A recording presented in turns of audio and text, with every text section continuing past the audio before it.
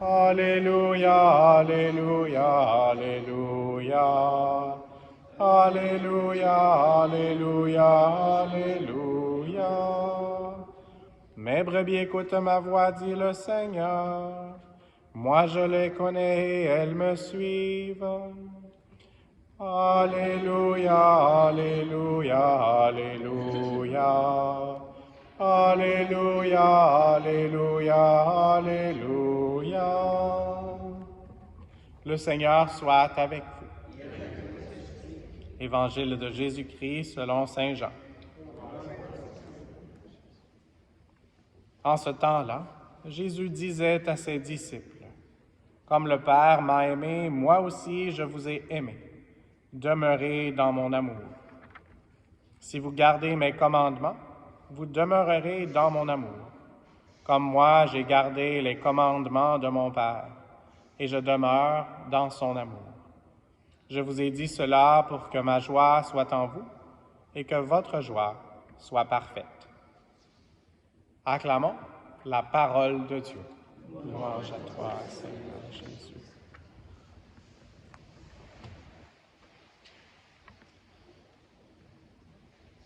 Et donc aujourd'hui, on a chanté quelque chose qu'on a chanté plusieurs fois pendant ce temps de Pâques. Et pardonnez-moi, je ne connais pas tellement de chants, donc c'est un que je répète souvent. Chantez au Seigneur, un cantique nouveau. Mais donc, une des nouveautés qu'on avait, c'est que le Père Kevin pouvait me souffler les mots du couplet. Donc, c'était nouveau parce qu'habituellement, on répète le refrain quelques fois. Donc, merci Père Kevin de nous avoir accompagnés aujourd'hui. Donc, j'ai utilisé cette parole « souffler les mots » qui fait écho aussi à l'Esprit Saint. Et une des choses, c'est que l'Esprit Saint souffle. Jésus a soufflé sur nous son Esprit. Puis l'Esprit Saint est comparé à plusieurs choses, dont le feu, dont l'eau, mais aussi au vent. Et parfois, on ne comprend pas exactement ce qu'il fait, d'où vient le vent et où il nous amène. On peut en parler à ceux qui font de la voile. Et j'ai déjà écrit un article dans notre bulletin à propos d'une expérience en voilier avec un des prêtres avec qui je vis. Donc, c'est mystérieux. Dieu est mystérieux. Aujourd'hui, ce saint qu'on célèbre était un savant qui essayait de comprendre les mystères, pas seulement avec son intelligence, sa tête, mais aussi avec son cœur. Et c'est un qui a pu aider dans le concile de Nicée.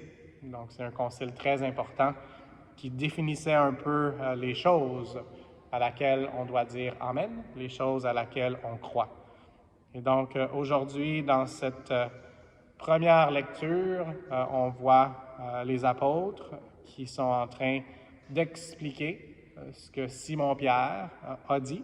Donc, c'est Barnabé et Paul cette fois-ci, mais qui se basent sur l'enseignement de celui qui, comme chacun de nous, avait besoin d'être pardonné par le Seigneur, celui qui souvent avait la réponse parfaite, mais celui aussi souvent qui avait la réponse complètement imparfaite, parfois dans la même journée. Et donc, prions pour ceux qui sont appelés, et chacun de nous qui sommes appelés à recevoir la foi et à la partager aux autres aussi. Et puis, dans ce chant, chantez au Seigneur un cantique nouveau, c'est le psaume qu'on a eu aujourd'hui aussi. Donc, pas seulement dans notre chant d'ouverture, mais aussi ce psaume qu'on a répété. Et donc, c'est quoi la nouveauté? C'est quoi les nouveaux couplets qu'on doit ajouter? C'est notre expérience personnelle avec le Seigneur.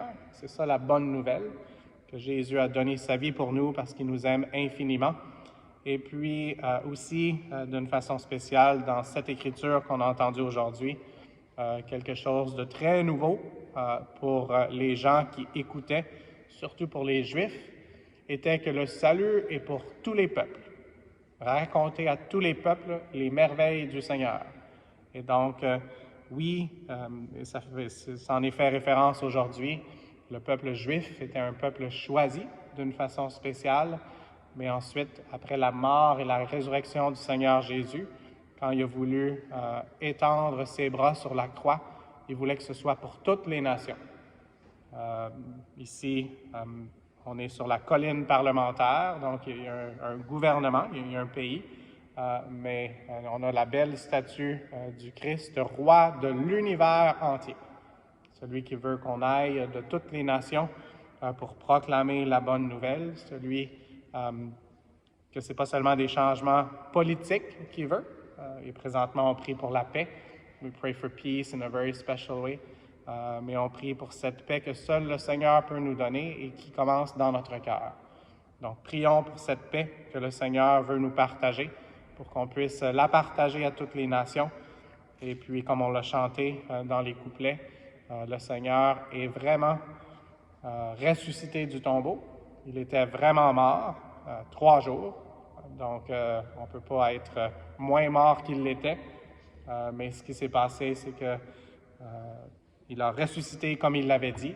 Et c'est ça la bonne nouvelle, c'est que nous, malgré nos péchés, malgré que nous allons mourir, la bonne nouvelle, c'est que le Seigneur veut nous avoir avec lui dans l'éternité pour toujours.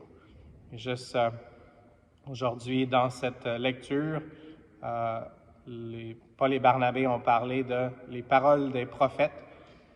Jésus nous dit « Je reviendrai pour reconstruire la demeure de David qui s'est écroulée. » Donc, c'est un prophète qui disait ça, mais Jésus nous a promis aussi de ne pas nous laisser orphelins, de toujours être avec nous. Et même si parfois on semble être un peu effondré, ou même si on a beaucoup de tracas, on est tracassé par beaucoup de choses, il faut demander, comme le roi David, d'avoir la grâce du repentir et ensuite de cheminer vers le Seigneur et avec lui pour rebâtir la société, une société vraiment fondée sur le roc qu'est Jésus et le roc qu'il a voulu utiliser comme analogie pour Pierre. Il a dit « Tu es Pierre et sur cette pierre, je bâtirai mon Église ». Et donc, on a seulement un pape dans le monde, c'est le pape François, donc on prie pour lui d'une façon spéciale, mais on est tous appelés. Et ce n'est pas seulement les gens qui sont habillés aujourd'hui de façon un peu plus religieuse. Chacun de nous, on est appelé à être des leaders. Et ce que ça veut dire être un leader, ça veut dire de suivre Jésus, puis d'essayer d'influencer les autres par nos paroles, mais souvent par nos actions, de aussi guider les autres vers Jésus. Lui qui veut nous accompagner sur le chemin, et plus que ça, lui qui est le chemin, la vérité et la vie. Amen.